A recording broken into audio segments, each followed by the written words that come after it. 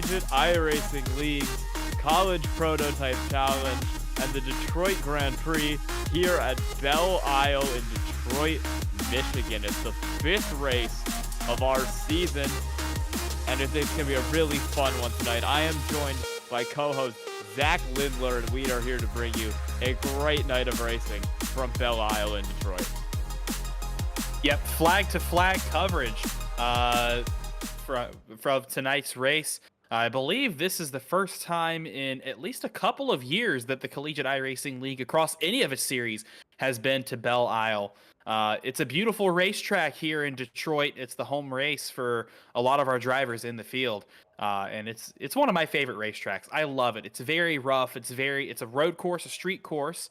So it's very tricky for our drivers to navigate tonight in these GTP class cars. But a lot of twisty, turny turns. It's that was a statement right there and a half. But it's very tricky. It demands perfection out of these drivers, and it's going to be a really, really fun 45 minutes of racing ahead of us tonight. Yeah, these drivers are going through qualifying right now, getting ready to set their lap times for tonight's race as we take a look at the beautiful, scenic Belle Isle track on an island off Detroit. It's one of the most picturesque tracks, I think, not just in the Collegiate iRacing League, but really in all of motorsport, with this Detroit skyline shadowing it the whole way around. As we watch Ball State University's Lucas Moody trying to set his lap time here in the qualifying session. 4 cars have set a lap so far, 3 of them from Ball State, and so far the fastest lap is run by Cale Davidson. We've seen a lot of Ball State domination in this series so far, but they haven't quite been able to get that win yet. We've seen a lot of podiums, 2nd, 3rd, 4th in the school, but they haven't broken through to claim the win over Kent State's Jordan Johnson, who's won all of our races so far. Will that change tonight? We're going to find out. Yeah, Muhammad Alif actually won our season opener in Indianapolis on pace, but he incurred a 10-second time penalty that encumbered his win and gave it to Jordan Johnson. But Jordan Johnson has dominated the rest of the season. He's won every single race so far. He's gone 4 for 4. So can he make it 5 for 5 tonight, or will Ball State have anything to say about it? All eyes are going to be on Lucas Moody here as he completes his 2nd qualifying lap. Where does he go? That actually will bump him up to 3rd. So it's Davidson on provisional pole at the moment. Luis Diaz from FIU just a 10th and a half off of pole. And there's Jordan Johnson's statement with a 1:18.203, 3/4 of a second over Cale Davidson on his opening lap. We saw the Ball State cars. We were interviewing them last week, and they said they thought the main factor in this series was going to be the setup.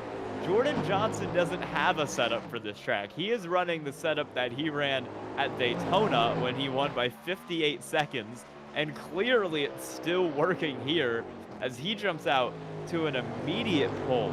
One thing we're going to need to keep in mind for this race is that for this series, for the remainder of the season, they are instituting a 107% rule. In order to make the field for the race, your qualifying time has to be within 107% of the leader's qualifying time, that being Jordan Johnson. So it's going to be, we've seen some cars at times have fallen outside of that at this point in the season.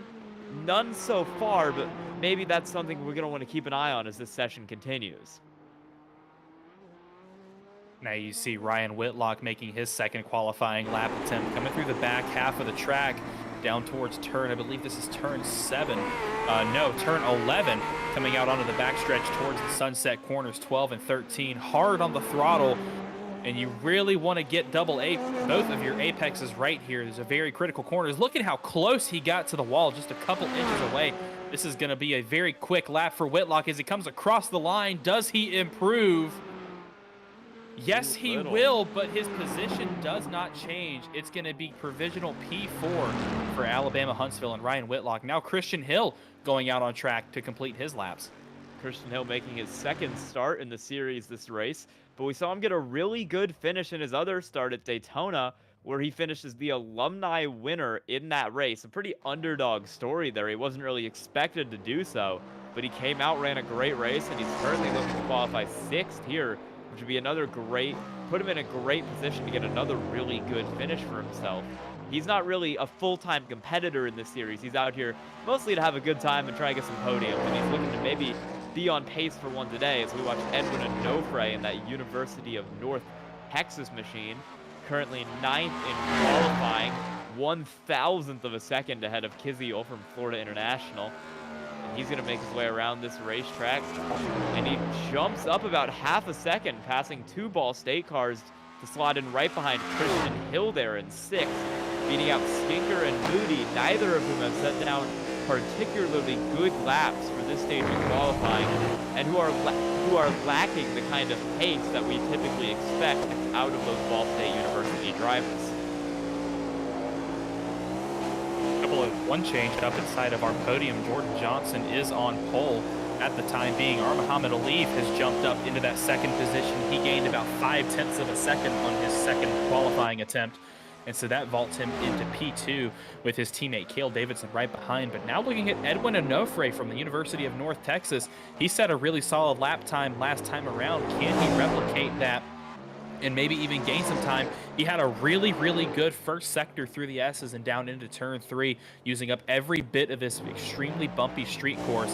Got a little sideways coming out of turn 11 right there. Now heading down into the sunset corners, that crucial double apex.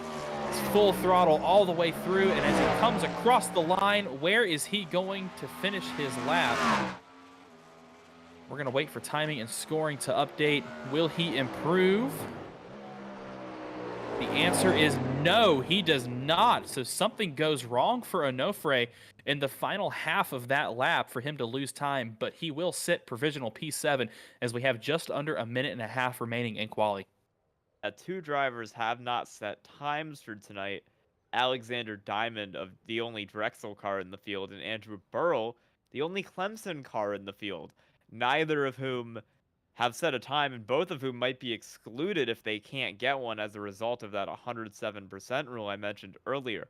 Aiken Lamar is in the field by a good 2 seconds, and with no one else on track to make laps, it looks like we might only end up with a 12-car field for tonight, with Keynes and Lamar as the last 2 in.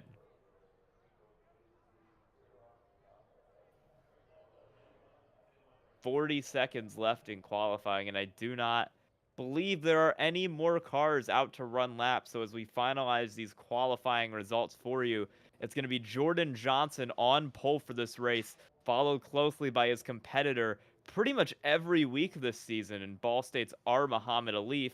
3rd place is going to be Cale Davidson, also from Ball State University. 4th is Ryan Whitlock from the University of Alabama, Huntsville. Luis Diaz from Florida International comes in 5th, and Mount St. Mary's Christian Hill takes 6th. On the 4th row, it's going to be Edwin Onofre from the University of North Texas, and in 8th, the 3rd Ball State car, Bradley Skinker. Rounding out our field here, heading into the back half. We get that pulled up for you. Looks like Lucas Moody is going to start P9 for Ball State.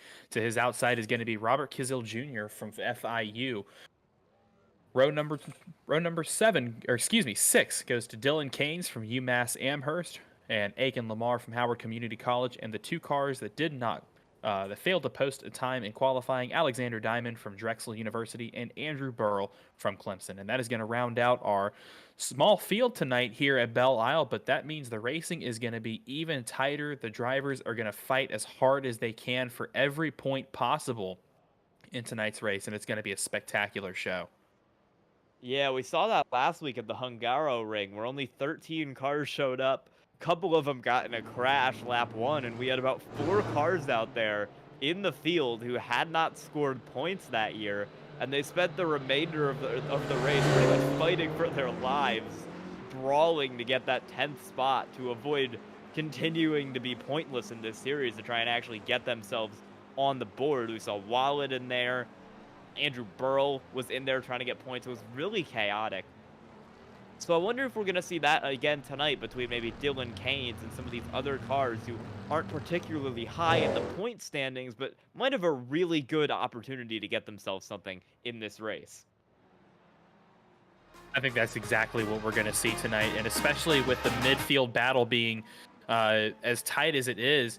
I'm looking at the points right now. Jordan Johnson with a pretty commanding lead right now. He's got an 18-point lead over R. Muhammad Alif from Ball State. And then it's a trio of Ball State cars, Alif, Davidson, and Skinker, all within about 20 points of each other to try and get onto the podium. And then in fifth, it's Christian Hill from Mount St. Mary's. Lucas Moody, sixth right now with 16 points. And then the rest of the field back through the top 10, Whitlock, Nanny, Onofre, and Keynes, all within, they're all within 3 points of each other for those four positions. So very, very, very tight battles where every point is going to matter tonight, especially as we get closer on to the end of the season where we're paying out cold, hard cash to our top 10 finishers overall. We saw those Ball State cars have pretty traditionally ran up front this year. Leaf, Skinker, Davidson, Moody have all kind of typically been in that top 5, 6, 7 range of the field, but not tonight. I mean, you saw Bradley Skinker starting 8th, Lucas Moody starting 9th. They're not showing the typical speed that we would expect from the Ball State cars in this series, and they're going to have a lot of work to do to try and pass all the cars who qualified in between them and their teammates, Alif and Davidson. Well, and this is a really hard track too, like we said at the top of the show. There's a lot of bumps. There's a lot of little nuances pretty much everywhere. One of the hardest corners actually is turn 2, that first left-hander after coming down the pit straight. It actually has a crest on exit right where you want to get on throttle. So it's very easy to lose control of the car. It's very easy to make a mistake that's going to put you in the wall, especially at a street circuit like this. Perfection is going to mean absolutely everything. And perfection is going to be what that little difference is between maybe crashing out and finishing in the top 5. First street circuit we're going to in this series, and we saw maybe the closest comparison we have this year would be the Clash at VIR, which was a very hectic race. I mean, we saw a lot of cars crashing, spinning all over the track at VIR, and that's a very narrow track, kind of similar to this one. So it's going to be interesting to see if we see that same brand of chaos that we saw at VIR carry over into this race. And this also starts a bit of a run. We've got a couple street course races coming up as well. It's an enduro race in Milan next week, followed by Montreal the week after that. So going to be a lot of street courses coming up in this series, and this is going to be a little taste of how these drivers are able to handle it tonight. It's also going to be a little bit of a taste of one of our other endurance events this season, our Grand Prix at Sebring, which I believe is about a month and a half, give or take. But Sebring, of course, a very, very bumpy track, as well as this. So the drivers are going to be I think they're going to be able to use what they're learning tonight about controlling the car over very bumpy surfaces and taking it into Sebring, where, especially for those enduro races where we give out more points to our top 10 finishers, that's going to be very, very important. It's going to be really exciting as we head down into the later stages of this season. There's a lot of really good racetracks on the schedule: Fuji, Road America, Interlagos, and the competition is only going to get more intense as we get further into the season and those point slots get closer and closer for the cash that we're awarding as a grand prize in this series. I believe cash is given out to the top 10 participants. So you're very incentivized to run all these races, run a lot in this series in order to get up there in the points to try and win some of that money at the end. As these cars are gridding now on the track, we're getting ready for the race to start tonight. It's going to be a nice 45-minute race around Belle Isle, and one that's sure to be really fun. Yeah, one pit stop is going to be mandatory for these drivers. We're not going to be able to see the cars make it all the way to the end on fuel. So it's a matter of when you're going to pit as well. We've seen that strategy come into play and be the difference between wins and losses. The different pit strategies have been tried in this series. We've seen cars 2 tires, 4 tires, no tires. We saw Jordan Johnson win by 58 seconds at Daytona by pitting way later than the rest of the field. Or my bad, pitting 1 less time than the rest of the field. We saw 3 stops from everyone except for him because he saved fuel, and that let him win that race by a full minute, the largest margin we've ever seen in the CIL.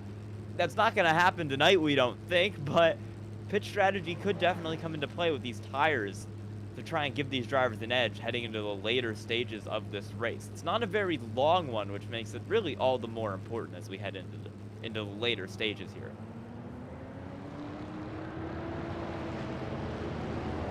And Alex Diamond and Andrew Burrell have been given permission to start. We talked about that the 107% rule. They were fast enough in practice where the stewards have deemed them eligible to race. Good news. Here's the 14 cars roll off in this race. The pace car is off. We're getting ready to head down the straightaway, and they come around the bend to take the green flag. Jordan Johnson, the great start to lead him to the green here at Belle Isle, straight down into turn 1. Immediate switch back into turn 2. Ryan Whitlock side by side with Cale Davidson there, heading down the straightaway towards turn 3. It's a long straightaway. Side by side, multiple cars. You got Christian Hill and Luis Diaz here as well. They're going to go at it. Third and fourth here is the main battle, still side by side between Davidson and Whitlock. And oh, we got a car in the wall! Christian Hill of Mount St. Mary's is going to make the first mistake of the race into the fence immediately, and that is going to really hurt his car, as they're still side by side. Third, Cale Davidson and Ryan Whitlock, and I think Bradley Skinker has had it off further back there in 14th, as he's dropped all the way back through the field. But here's the main battle, and Whitlock's almost around. Cale Davidson tries to get the move back, but he can't get there, and he's still on his bumper. Luis Diaz of FIU is closed up as well, as they head through the twistiest section of this racetrack here. Turns 7 through 11, heading out down towards turn 12 to complete the lap, and what an opening lap it has been. Already a lot of chaos up and down the field. We talked about those mistakes from Skinker and Hill, and even Whitlock to some degree. Those bumps absolutely shredding these cars apart stability-wise. So it's going to be a lot of damage mitigation for some of these drivers from here on out, but it is still a very, very long race, as we're going to head down into turn 3 once again. One of the major overtaking points on this track, a very heavy braking zone, a place to recharge your batteries in these hybrid GTPs, as well as make a move to the inside, or if you're in front, to defend for your life against a driver who's attacking from behind. We saw Cale Davidson get a little bit off there, dropping a couple tires into the grass in his continued pursuit of Ryan Whitlock. The two cars in front of him, Jordan Johnson and Muhammad Ali, kind of just gotten away. I mean, you see them first and second. Johnson's got 1 second on a Leaf, who is then 3 seconds on Ryan Whitlock in this battle with Cale Davidson. We know that's the main competition, but it's always shocking to see just how fast those guys are able to gap some of these cars further back in the pack. Cale Davidson running a little bit of an offline through the fountain sector, maybe to try and get in Whitlock's head, as Davidson goes a little wide through turn 12. He gets in the wall a little bit, might pick up a little damage, but that is to put a severe dent in his chances to try and get around Whitlock, as now here comes Luis Diaz right behind him. He's got Robert Kisiel Jr. in tow, about a second behind, so these two FIU drivers going to try and maybe work together to get around Ball State and Ryan Whitlock from Alabama Huntsville to get onto the podium. A little further back, Onofre got in the wall, or Onofre almost got in the wall. Moody got a little loose. Christian Hill completing a pass on Alexander Diamond from Drexel there to get P9 back. And I think we've seen a couple mistakes. I mean, you see Bradley Skinker, Aiken Lamar, Dylan Keynes all way back from where they started. This racetrack is already catching people out. We're already starting to begin a race of attrition, even though we're only 3.5 minutes into this thing. As now is the battle for the lead brewing. Our Muhammad Alif is on the bumper on Kent State's Jordan Johnson. He's got that gap within half a second, and he's going to try and make a move here, coming up to complete the lap.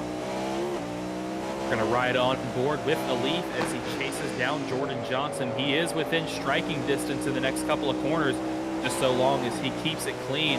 It also depends on how he's got his hybrid deployment. It looks like Jordan Johnson may have pushed the boogie button there to deploy some of that hybrid electric energy to the wheels to put a gap between himself and Alif, as that has increased by about 1.5 tenths in just a couple of corners. Jordan Johnson, I mean, he's won every race so far this season. He's really looking to try and get something going here.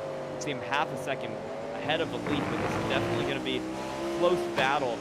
I think really throughout the race, that's what we've seen this season, is cars just constantly going at it for this lead position between Alif and Johnson. They both really want this win, and Alif maybe has a little more drive for it, considering he hasn't won a race yet this season while Johnson has. And you know that's got to be eating away at Alif's mind. You know, he's dominant on the Formula C side of things. He picked up his first cup. He picked up his first cup win on Monday in our Flexware College Cup Series. Still getting used to our new title sponsor at the Charlotte Roval. First win on a road course for him, so he's got momentum, he's got the skill, but Jordan Johnson is just that good right now, where he is dominating. But Alif with another run, now within 3/10 of that back bumper of Johnson. Can he make anything work? All eyes are going to be on turn 3 this next lap. They saw him try to pull out, but he couldn't get anything going, had to fall right back into line. Looking a little further back in the field, it appears Alexander Diamond and Andrew Burrow have both pulled into the pits for maybe repair some damage there done to their cars early on. And now we've got a battle for 6th brewing. It's Edwin Onofre working on Robert Kizio from the Florida International University. Edwin Onofre in the back bumper. We've seen him run a lot of races this series. He's kind of up there in points. Had a lot of solid 4th to 5th place days. A lot of really quietly good finishes, but hasn't really broken through to get any higher than that so far, as he's trying to work on Kizio, as the battle for the lead is still brewing through the big sweeping right-hander. Alif still looking to the inside, but he's not going to be able to make anything happen. He's going to pull right back in line, and he's going to stay in the footsteps of Jordan Johnson moving through this racetrack. It's been a really tight battle between these two so far, and it shows no signs of stopping anytime soon. Nice and tidy through the fountain sector for both of these drivers. Now, not only are they competing for the overall win, they're competing for the student class win as well for both driver and school. So these drivers compete in both alumni and student categories, and based on where they finish in their class position during the race, they'll score points in those championships for both themselves and their school. So Jordan Johnson right now on top of that student championship. He's got an 18-point lead over Muhammad Alif, and he's looking to extend that lead even further tonight. Dip all over Jordan Johnson, and if you look a little further back, this battle might get a little more interesting, because Ryan Whitlock has cut about, depending on where we are in the racetrack, about half a second to 7/10 of a second down on Jordan Johnson to try and close that gap a little to insert himself into this battle for the lead. That's going to be something we're going to want to watch as this race continues to develop. And Muhammad Alif is there this time. Right on the bumper. He's going to pull alongside of Jordan Johnson, but he's pushed onto the outside, and he has to give the move up. Can't do it there. He's going to try again right after we get through this little section. It's not a great passing zone right here. Alif's going to have to wait till the next big, long straightaway to try and get something working on Jordan Johnson, and he might have a chance right now. He is in a hot pursuit. He can't get anything. He's still a little too far back to actually make a move. Through the right-hander, and he's losing time pretty quickly right now, back down the front straightaway. A little bit of a slipstream opportunity, nowhere near as much as he needs, though. Down through 1 and 2, Alif is still back. But if you look back to third, 2.6 now to Ryan Whitlock. He is rapidly arriving on the scene, and he is going to make this pretty interesting. Well, these two fighting is slowing both of them down, and it looks like Alif playing more of a runaway game right now with Cale Davidson than they are fighting each other. So the leaders are relatively slow compared to the rest of the field behind, and that's going to allow everyone else to catch up with them for the time being. But what's really hurting Alif is he's relatively slower than Jordan Johnson in that final sector coming out of the fountain section through Sunset. He always loses just a couple of tenths coming through those final 3 corners on the track, but he is incredibly strong through this fountain section. So look for this gap, half a tenth coming in. Now already down to 3/10, 4/10 for Alif behind Johnson. We're going to see how this plays into account. Maybe eyes on turn 3 once again next time by. Alif trying to get a run down through here, but I don't think he's going to really be able to do it. And if you look back here, not only is Whitlock trying to catch these guys, but he is getting caught by Cale Davidson, Alif's teammate, which is going to make this battle even more interesting there. Not only are we going to have a battle for the lead, we're going to have a battle for third as well between Whitlock and Davidson, which is going to make this race even more fun. as Jordan Johnson continues to lead, coming down this long straightaway into turn 3. You see the other 2 cars in the background there having their own little scrub for P3. Really exciting race so far, and we're only 10 minutes in as Muhammad Ali continues to sit on the back bumper of Jordan Johnson, but he still can't make a move happen.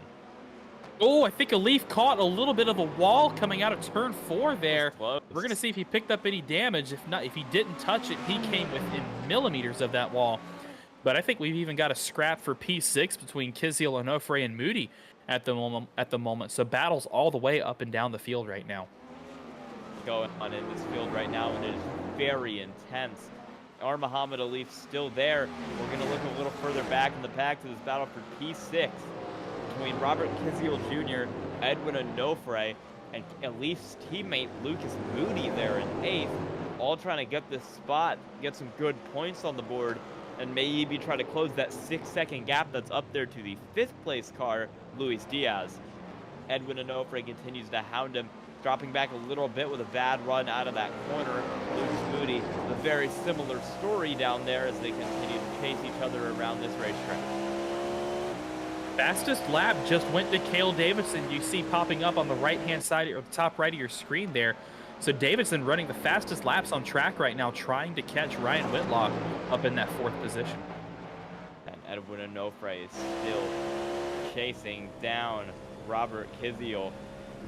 About 3/10 back, trying to get that position for P6. And we continue this battle. My bad. To watch this battle, Lucas Moody is in 8th. He's not having the day he's typically had in this series. In fact, we've seen a little bit of a run of bad luck from him recently. Saw him crash out last week at the Hungaro Ring. Finish, I believe, P12, get no points in that race. He wants to recover today, but he's not really in the position I think he needs to be in to make that happen, as he's still in 8th. Hasn't really moved up at all in this race. In fact, I think he's moved the spot backwards, if anything. It really has been a week to forget for Lucas Moody. Ran into some problems in the Cup race at the Roval on Monday. Found some relative success in Formula C last night, but now relegated back to the 8th position after a poor qualifying attempt compared to his teammates. But he is on an upturn. He is on a charge to the front right now, or at least attempting to do so. Yeah, he's trying to get him right now, but he's dropped a bit further back from Edwin Onofre, probably much further back than he would actually like to be at this point in the race. Almost a second back from Edwin Onofre as we watch the battle for the lead yet again. Muhammad Ali is still there on the bumper of Jordan Johnson and still trying to make something happen for this lead. They've been going at it all race so far. We're almost a third of the way in, and they're still going at it. Neither driver has made a mistake, and neither driver has really given an inch to the other in this battle for the lead. Through the fountain sector one more time, you see the damage to Jordan Johnson's, I believe that would be the passenger side of that vehicle. So he has made contact with the wall at some point so far in this race.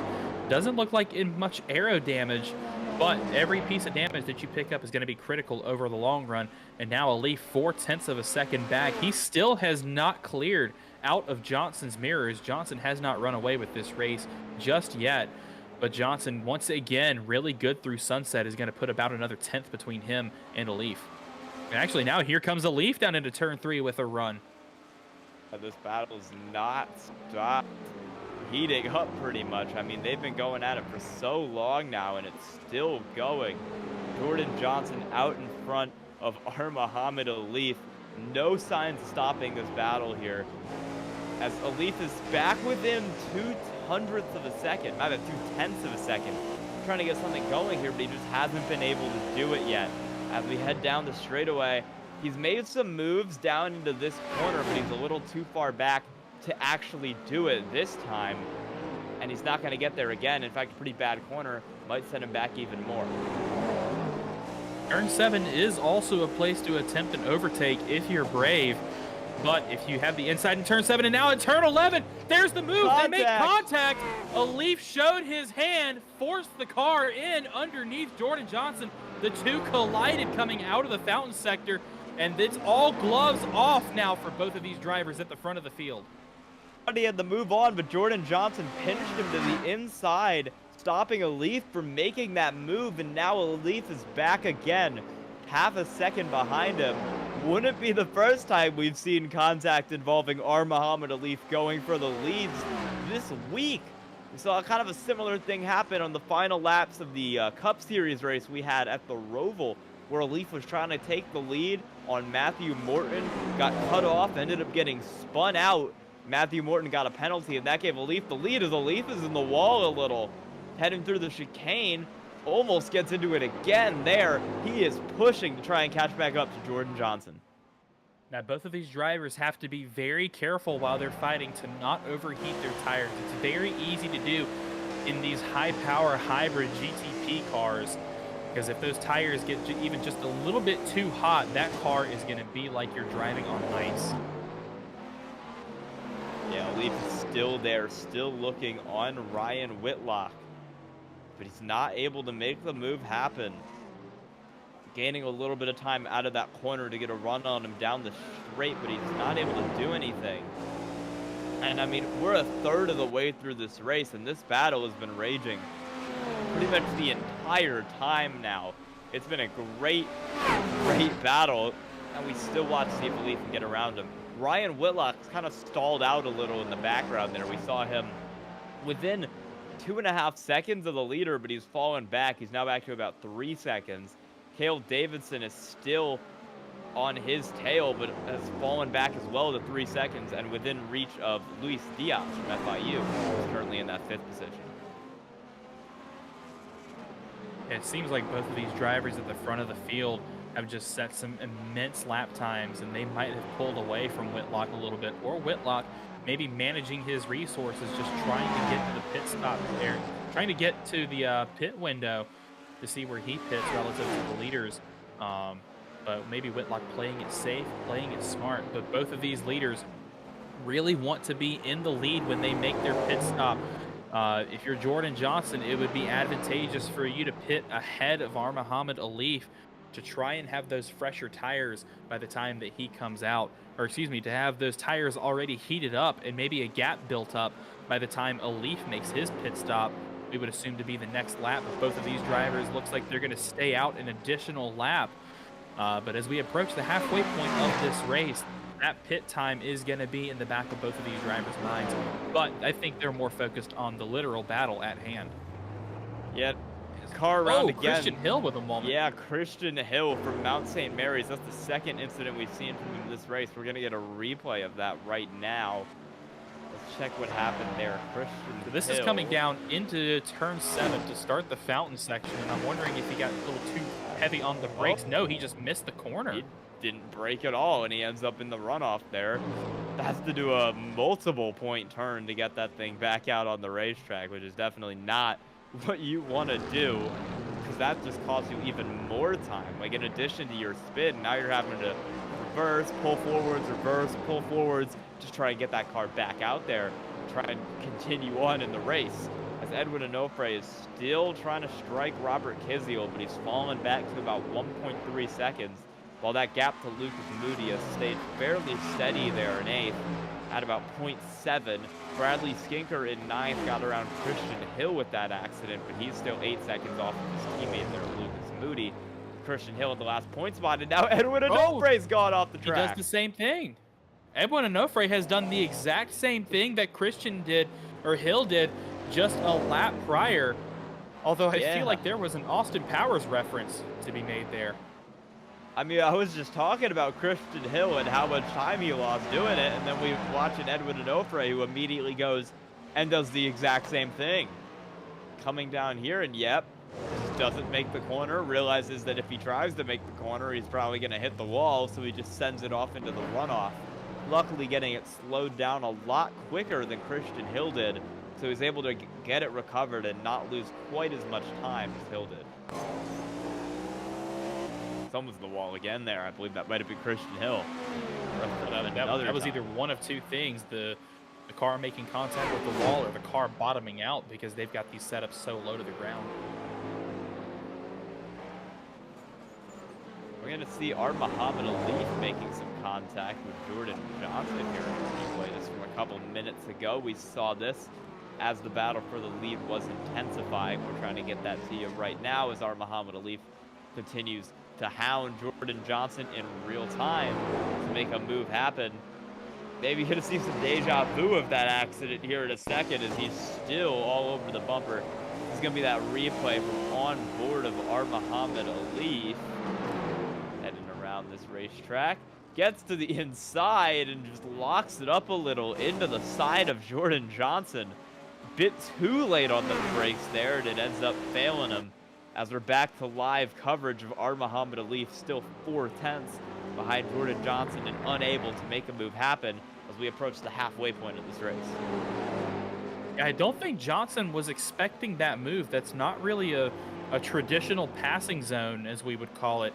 I don't think that's a place that anyone would really want to attempt to pass, but I guess Alif saw the door open there. He had the run, decided to send it in there and see if it stuck, but obviously it didn't as Jordan Johnson slammed that door shut quite literally in Alif's face.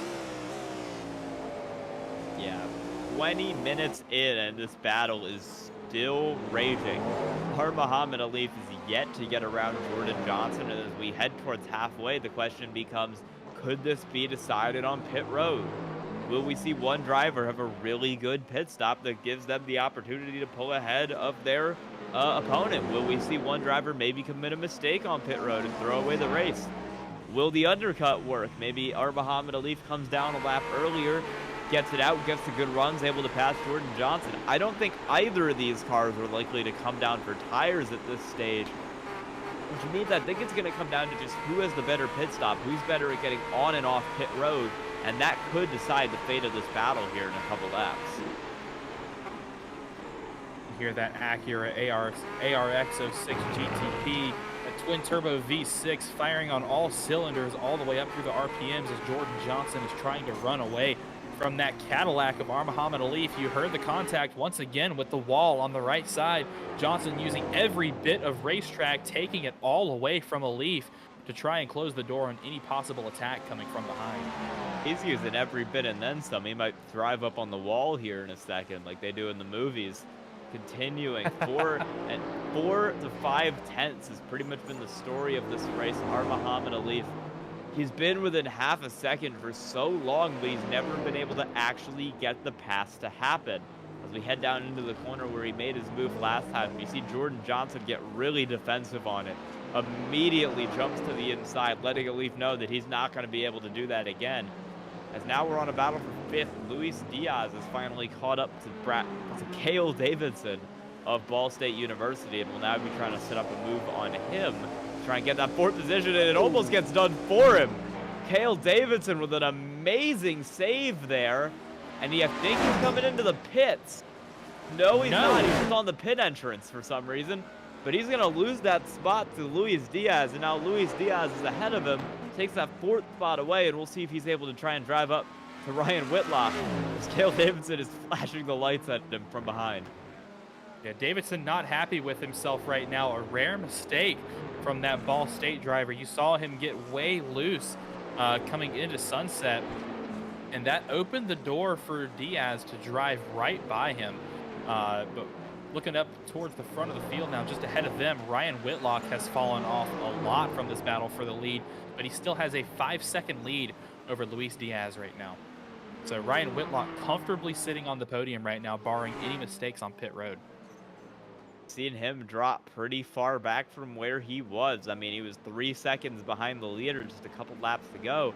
That gap has now gone up to 7 seconds as he struggles his way through this race. He's still 3rd, but might get caught by Luis Diaz here because his pace is not what it was just a couple laps ago, and that's going to lead to some struggles. As we're now watching Christian Hill, who has had another crash. This is not at all the race he wanted. Oh, did you do the same thing? Let's see. I mean, we already saw it once this race from him. Yes, that is exactly what he did. Well, just barely keeps it off the tire barriers. And that might end up getting looked at by the stewards for blocking there of Dylan Keynes. but I believe Keynes was able to get around anyway, so it's not going to matter too much in the grand scheme of things. See if Hill made contact with that tire barrier. If he didn't, he got extremely close. Wow! Yeah, definitely hit it. Barely kisses it. Yeah, a bit of an unsafe rejoin there. Almost collects UMass Amherst Dylan Keynes. It does a great job to get on the brakes there to avoid that. And it's now 1 spot ahead of Christian Hill, currently in the last point spot for this race. Will be the last driver to receive points. And that could end up really meaning something heading into the later stages of the season. I was about to say that battle right there is going to be extremely important once we get out of pit stops. That battle for the 10th and last points paying position on track. But looking up towards the front of the field, it looks like Alif has fallen back just a little bit as Jordan Johnson has just set the fastest lap of the race, breaking into the 1:18s. That is an absolutely blistering lap from Kent State on race pace. He thinks it's qualifying right now. I mean, Alif is still holding pace with him, though. I mean, that gap is under half a second. Still trying to close it and still trying to actually get the pass to stick in a way that it hasn't at all so far. We're over halfway through. We started with 45 minutes on the clock. We're down to 19, and yet Alif has been right behind him for the entire time. We haven't seen that gap ever go above really a second. And, I mean, we've rarely seen it go over half a second so far as Alif continues in the tire tracks of Jordan Johnson as these two just torch the rest of the field. I mean, you see how far ahead they've gotten of third place Ryan Whitlock. Alif is much, much better than Johnson in the first sector up until about turn 5, but then he loses it in this final sector that they're driving through right now. Look at that gap. Well, it's actually coming down just a little bit, albeit by a thousandth at a time. But Alif might have found the solution to his problems as there he loses it in turn 1, goes down just a couple, about a half a tenth, but he gains it all back through turn 2. What a phenomenal back and forth battle between these two. And Jordan Johnson still trying to get around this race. I guess we're now back to the battle for 10th, the last point spot between Christian Hill in 11th and Dylan Keynes of UMass Amherst in 10th. This battle's been brewing for a while now after that Christian Hill spin. We've seen speed out of him, but we haven't seen the consistency because we've seen him in about 3 separate accidents here. So he's trying to still maybe salvage some points out of this race, trying to get something out of this, working on Dylan Keynes for that 10th position. It looks like Diamond is at a bit of an issue. I'm going to take a look at that. Oh, look at that. It might have been turn 7. Here he comes down the backstretch in that Drexel machine. And yeah, he just misses turn 7. So this is the boogeyman turn on the track tonight, coming into the fountain section. That very hard braking zone into turn 7 has caused a lot of problems for our drivers tonight. Yeah, see, Christian Hill is still riding the bumper of Dylan Keynes here. But, I mean, if Christian Hill is able to get around him for 10th, he's not going to be able to get any other positions because it is 25 seconds back to that 9th place car of Ball State University and Bradley Skinker in that spot right now. As we see, oh, my bad, sorry. We see Christian Hill continue to have him in that Cadillac. A lot of cars in the field in the Cadillac. That and the Acura are pretty much the popular choices here. Johnson in the Acura, most of the Ball State cars in the Cadillac. And that makes this, that and the open setup nature of this series really makes it part of the fun. Well, and these cars are so close in their balance of performance as well. The choice really just comes down to which car suits your driving style. The Cadillac is, it's naturally aspirated. It's the only naturally aspirated GTP in the IMSA field, so you're going to get a little bit better response in the lower RPMs, but it handles just slightly worse, and it has a little bit worse straight line speed than the Acura. But in the Acura, those twin turbos take a little while to spool up, so you've got to deal with the turbo lag in iRacing that they've patched in real life, I guess you could call it, with that Acura ARX06 GTP, much to the dismay of some of our drivers in the field. Not pointing any fingers at Ryan Whitlock, who had some comments on that earlier in this season. But yeah, the Cadillac seems to be the car of choice for our Collegiate Prototype Challenge drivers, and I'm not going to complain because this sounds amazing.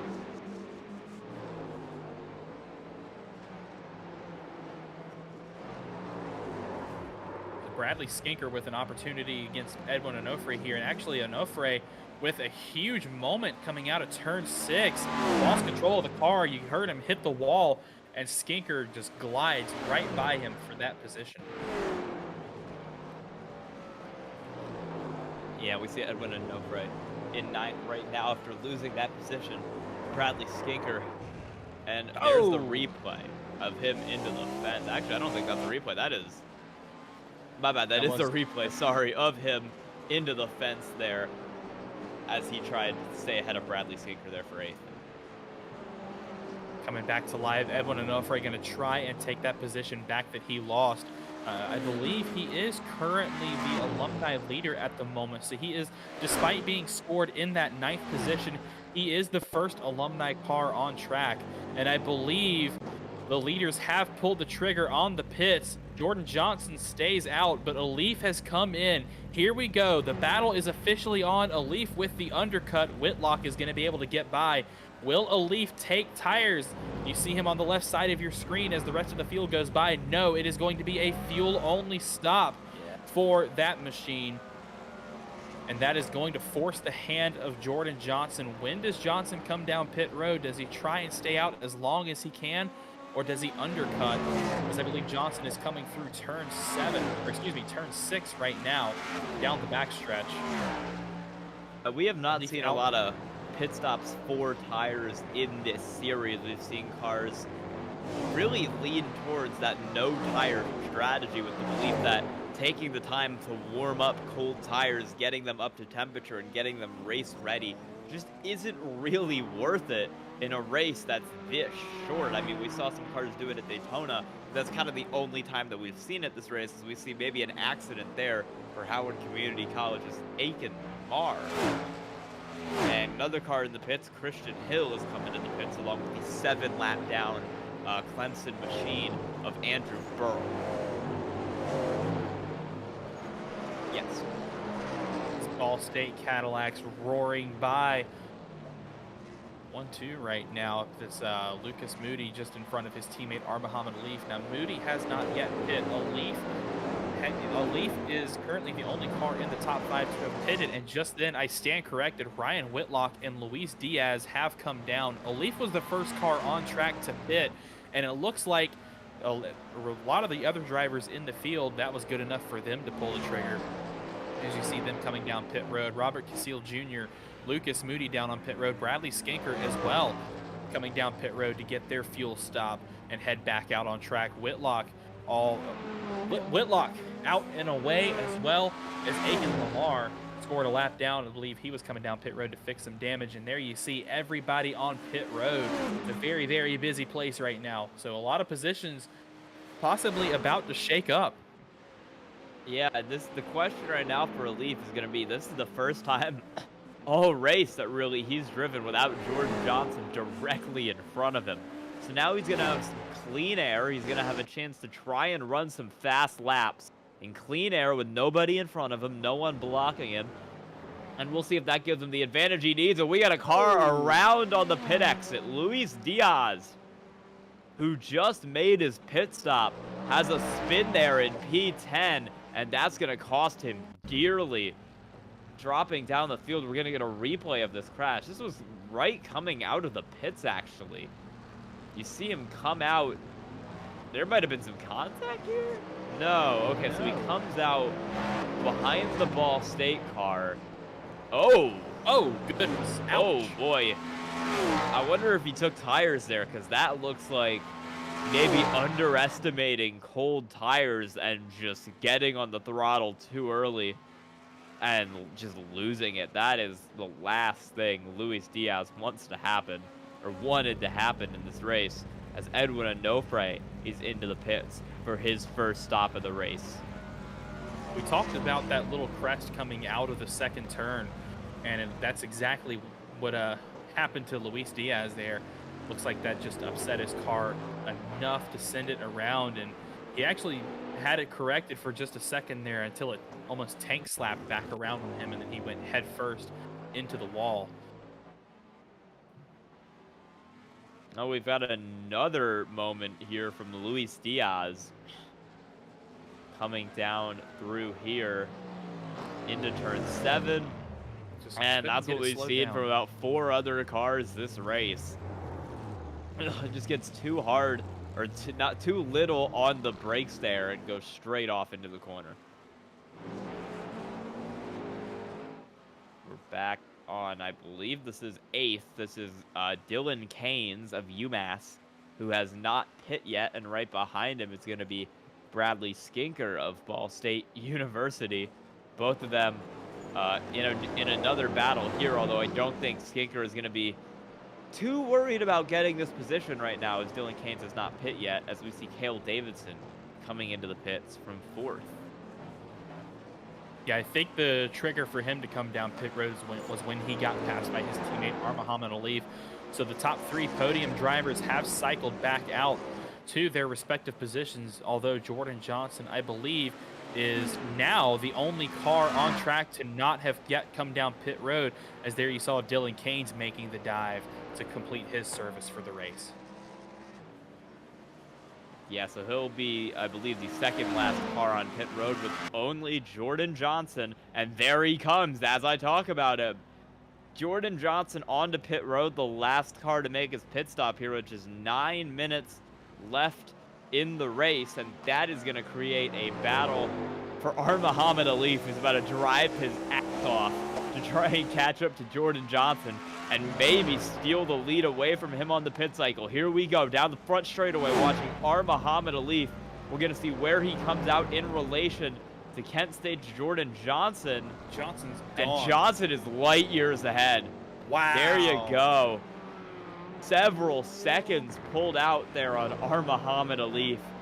5 seconds. Wow. With a great pit stop from Jordan Johnson, and that might just give him the win of this race.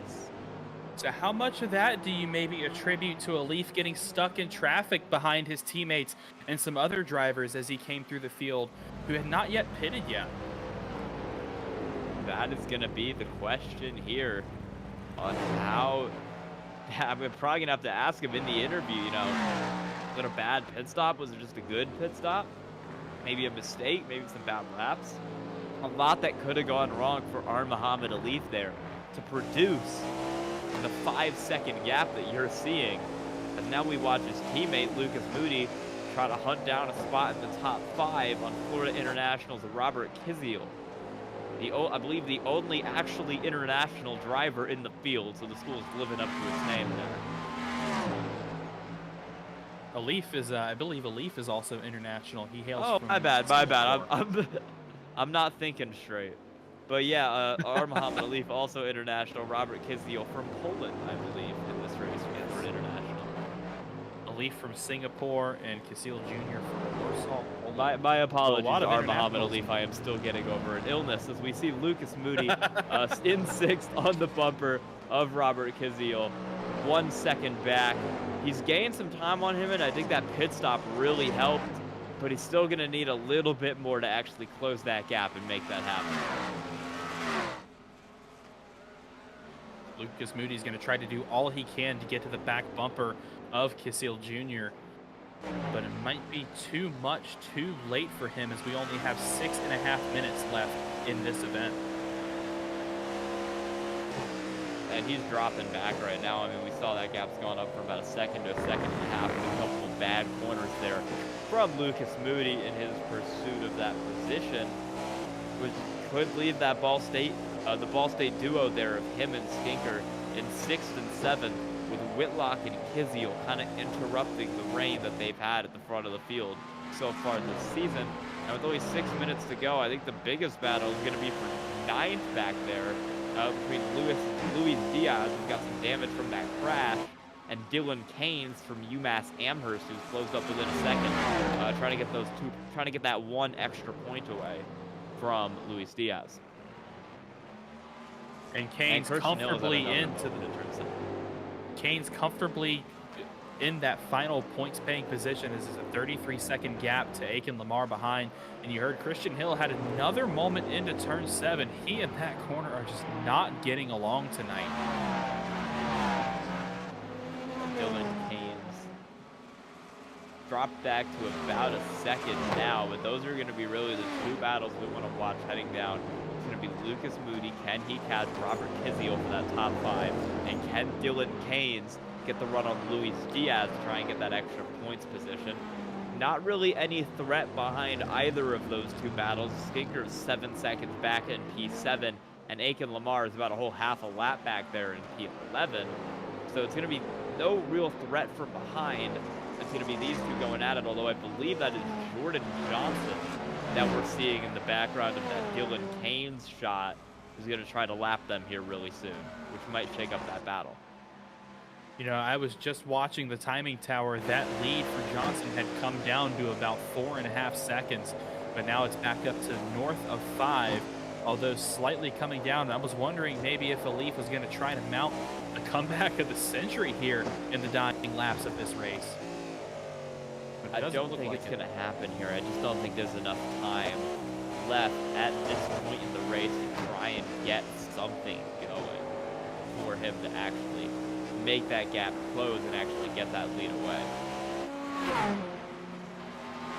He would need to set completely purple laps or completely purple sectors from here to the end of the event to even have a chance, but I think it's just too much, too late for Elif. Where to go, I just don't think he has the time to get back up to Jordan Johnson and actually try to close that gap. As I believe there's maybe been a mistake from Dylan Kanes, who's dropped about 3 seconds back off of that battle from Luis Diaz, which has let Diaz pull away to get that 9th position, as you see Muhammad Elif there in the background as well. Maybe some troubles getting lapped there as he had to let Jordan Johnson by, and that's what hurt him in that fight. Now we're back on the closest battle in the field. Lucas Moody, 0.7 of a second back. Florida International's Robert Kizio trying to make something happen, as I believe they are also gaining on a lap car. I'm not sure. I believe that might be Aiken Lamar, who is in the way there, and that's going to affect this battle as we head around with 3 to go.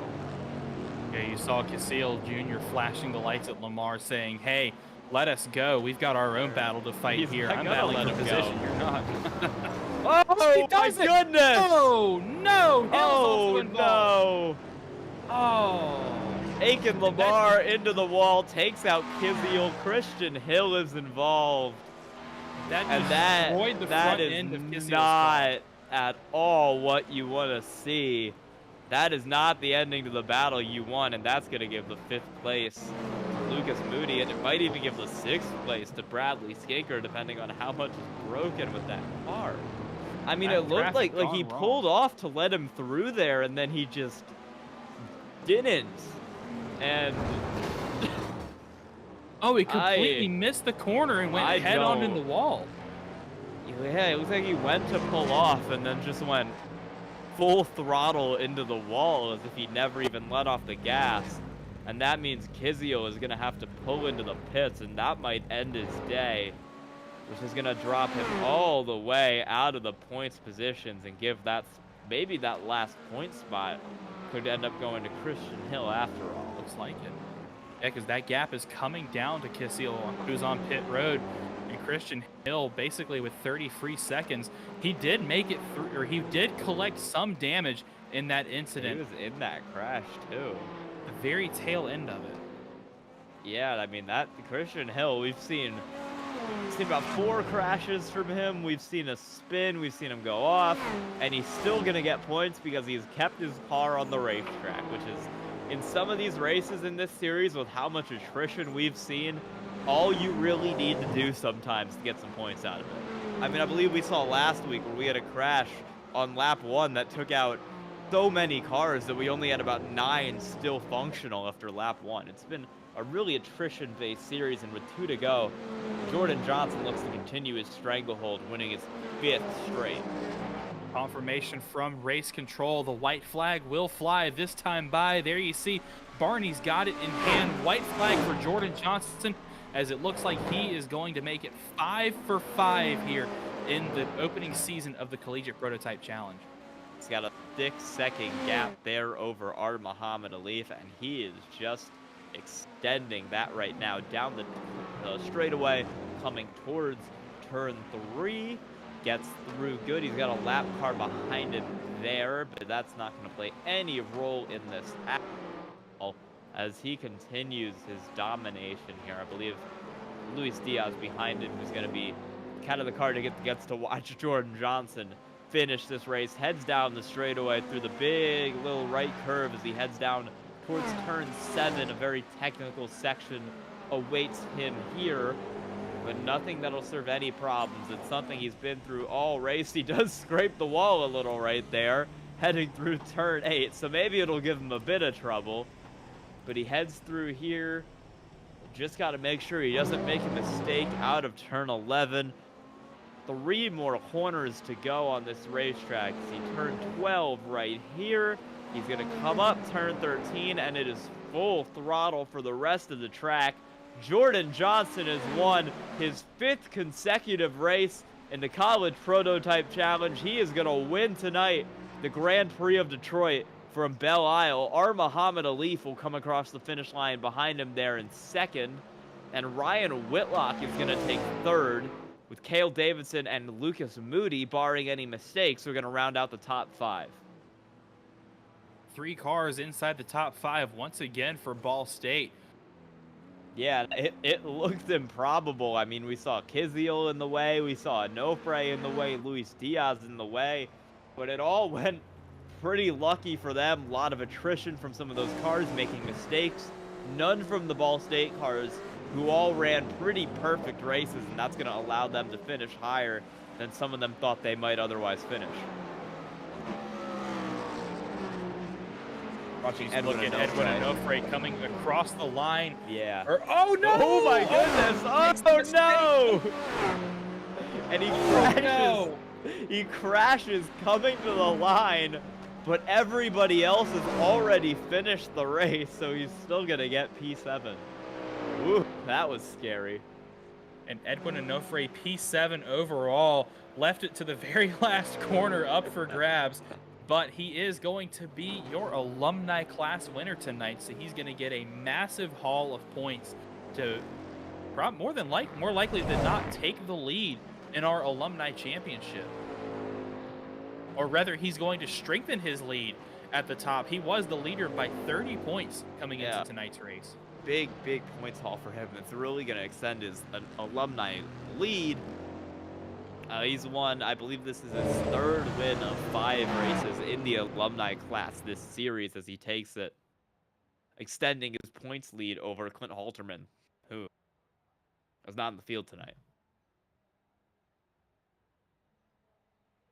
As we're going to wait for more of our drivers to come into the booth for our interviews. In fact, let's go ahead and interview who we were just talking about, Edwin Onofre, P7 overall, alumni winner tonight. Congratulations on your class win. You have now stepped out to an over 50-point lead at the top of the table provisionally. Oh, that sounds really good. Thank you so much for letting me know about that. Well, you had a 35-point gap over 2nd place Clint Halterman, who was not in the field tonight. So barring any sort of chaos with drop weeks, that's a pretty sizable lead you've got at the top of the table. How does it feel? It definitely feels recoverable. I did miss out last week at Hungary because mostly I did not have the track, and I don't know if I was ready to learn the track, even if I were to participate in it. But having with familiarity around Belle Isle did help out. And by helping out, I guess you could say survived. The race could have been a lot better for me, but I just ended up causing up a lot of mistakes along the way. And although I did try to save my tires, I don't think it was working out whenever I locked up, which I'm pretty sure the broadcast has seen me lock up several times in certain corners, as well as some damages alongside a wall. I mean, this was really just a race of attrition all around, though. I mean, we saw you get a couple like spots towards the end of the race from some cars having crashes. is that really one of the keys to the series, you think, is just surviving and keeping your car on the track for the whole distance? Well, based on the tracks that we have gone so far, it's not necessarily much of attrition. It's just necessarily just keeping a constant pace. And if you can avoid any wrecks or not get yourself involved in wrecks, then you're good to go. But the thing about Belle Isle is that it's pretty much like it was pretty much just a larger version of Long Beach, except it is just as tough to pass. I had trouble trying to pass one of the guys in fifth place while it was in the beginning of the race. And with that, I noticed that for some reason I couldn't brake as well as I had before, which led to the lockups. Not to mention that with hitting the wall several times, it just made it was still drivable. I did not get a meatball for it, but when I came down pit road for adding fuel, it told me that I had a minute and 40 of optionals. And I'm like, you know what? Send it. I got nothing to lose. There wasn't really much competition on the alumni side, given that Clint Halterman wasn't here, and the other drivers around here also kind of got into their own wrecks, which is not of their own fault. Belle Isle is just as tough like that, and my where I'm at is a good example of how tough it is to pass out here. So this particular race was more about attrition, but any other races that we have done so far, it was not really much about that.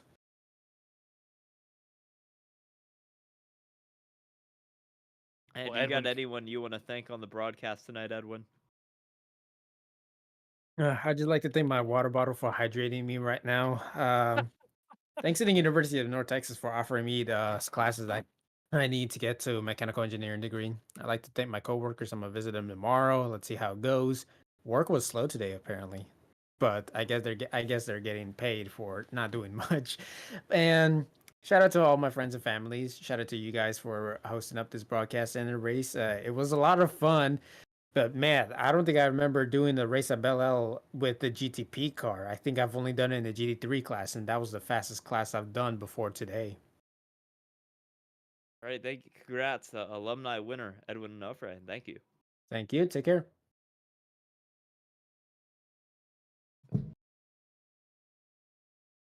and I believe it is time for us to interview the man of the hour, tonight's race winner, Jordan Johnson, Mr. 5 for 5 himself. Congratulations on another win.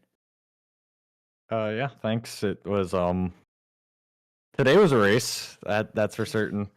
I did not have the most fun with this car and this track. The bumps were brutal to say the least. And I think turn 2 kind of paid home into that.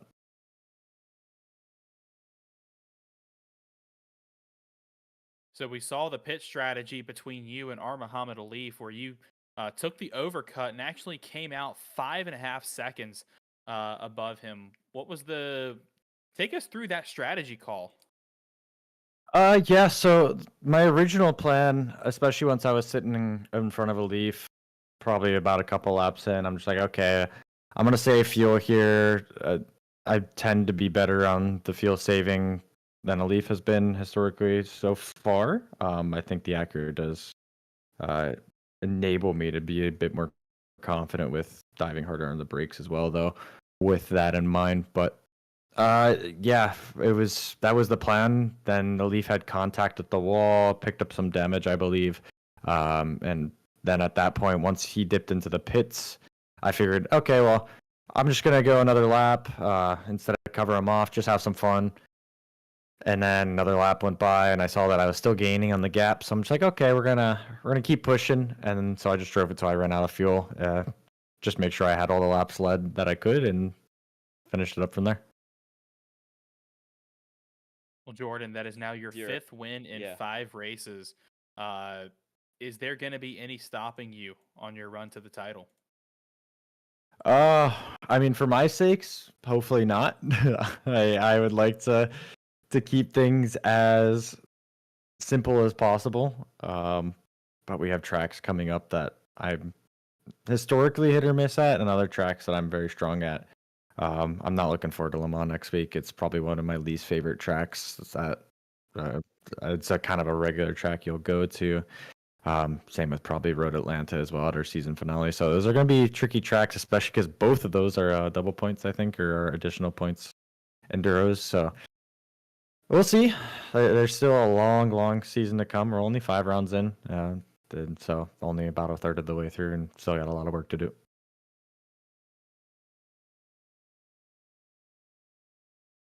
And do you got anyone you want to thank on the broadcast tonight? Yeah, of course, my team, Apex Racing Academy and Apex Racing Team, they've been giving me a lot of help recently, so can't be more grateful for that, especially as you've been picking up pace and going into a few other events. Of course, our partners and sponsors, Computer Species Systems, SDK, VRS, and everything else that comes out makes it possible for us to kind of just go in week out and put in all our effort, finish it up Cool. and on top. All right, congrats on the 5th consecutive win, and thanks for the interview, Jordan Johnson. Thank you.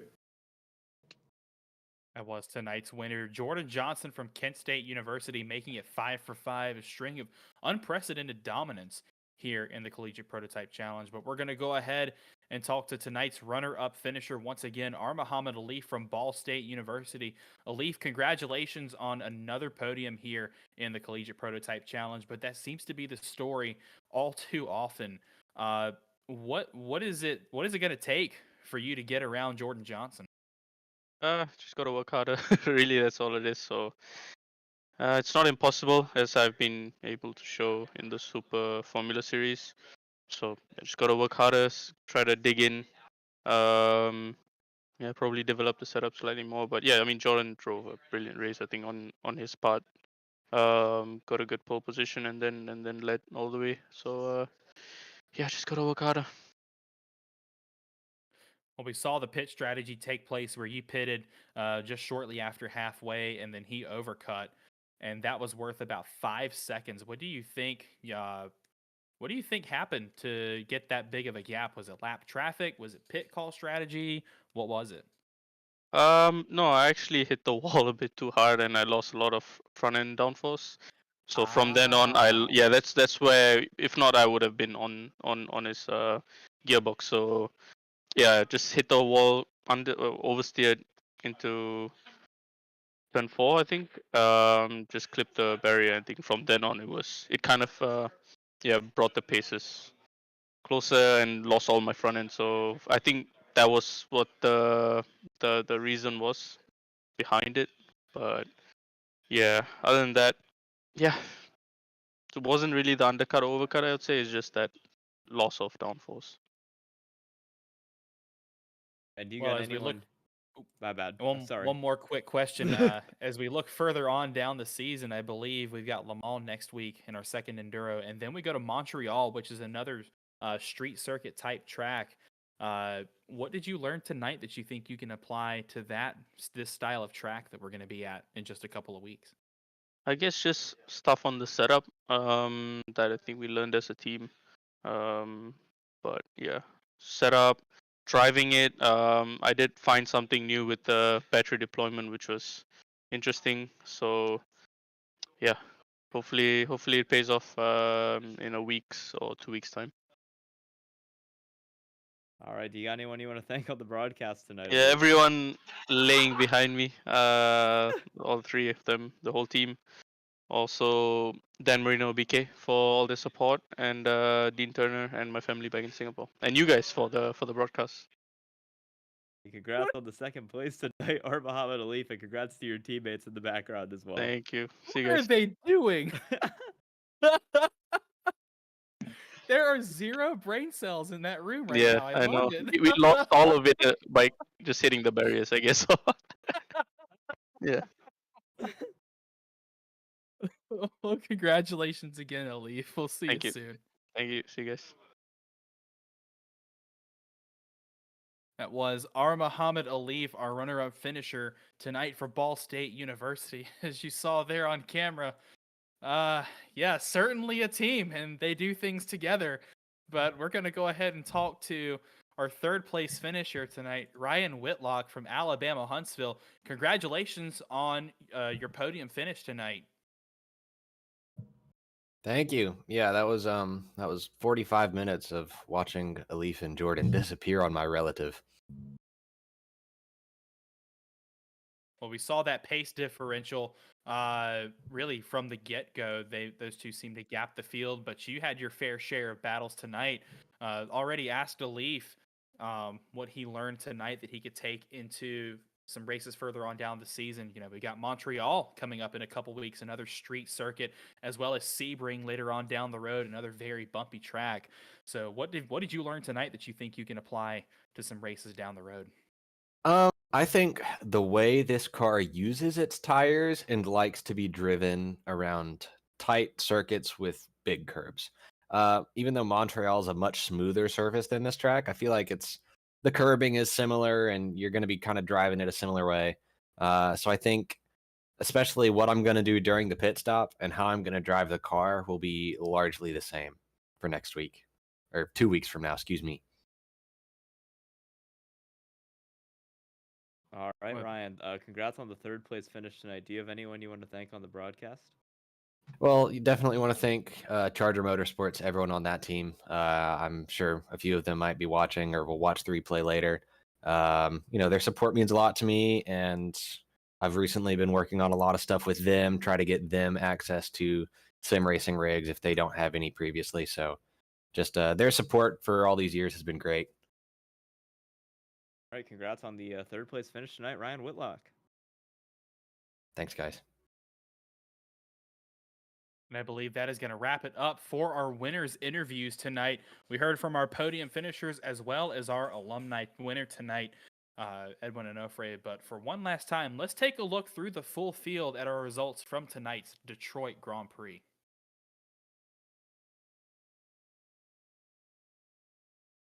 As taking the win is going to be Jordan Johnson from Kent State University. Muhammad Alif from Ball State, our runner-up finisher tonight once again. Ryan Whitlock cracks onto the podium one more time this season for Alabama Huntsville. Cale Davidson from Ball State University will finish P4. His teammate Lucas Moody finishes P5. P6 goes to Bradley Skinker. It's the Great Wall of Ball once again. And P7 will go to Edwin Onofre, our alumni winner tonight. Luis Diaz will finish P8 despite having some troubles earlier on in the race. And Dylan Keynes from UMass Amherst will finish P9, rounding out the top 10. Sneaking into that last points-paying position, it's Christian Hill from Mount St. Mary's University.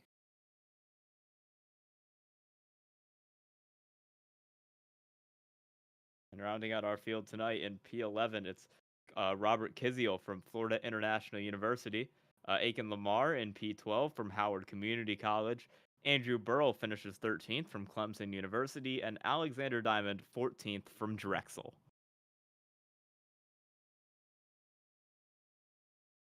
And I believe that is going to wrap it up for us tonight.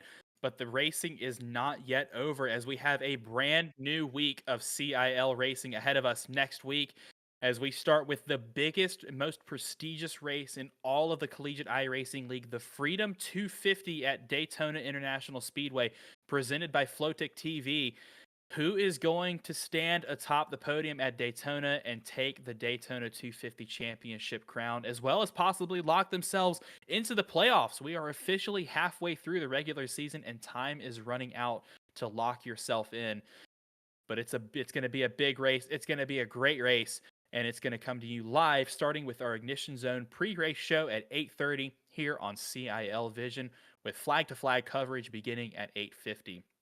Next Wednesday night, our Formula C side goes back overseas to the Italian Grand Prix for round 6 from the Autodromo Internazionale Enzo Edino Ferrari, aka Imola Circuit. For round 6 of our Formula C championship, our Muhammad Alif, the dominant figure over there, is looking to extend his lead at the top, as the rest of the drivers are going to battle it out for positions in the top 10 and beyond. That race will start at 8:45 Eastern live here on CIL Vision. And as for the next time we come back to the Collegiate Prototype Challenge, we will have endurance race number 2 of the season. It's the 1.5 hours of Le Mans. Round 6, our second enduro of the season. The racetrack is going to be bigger. There's going to be more drivers, and there's going to be more points to pay out to our top 10 finishers. So more on the line, more intense racing, and more incredible action across all of our series, but especially our Prototype Challenge race next Thursday night at 8:45 Eastern. And I believe that is going to wrap it up for us tonight. So coming to you live one more time from the Detroit Belle Isle Grand Prix circuit. I'd like to thank you all for tuning in to tonight's Detroit Grand Prix. And on behalf of myself, co-commentator Sky, and producer Matt, thank you all for tuning in. And until next time, stay fast.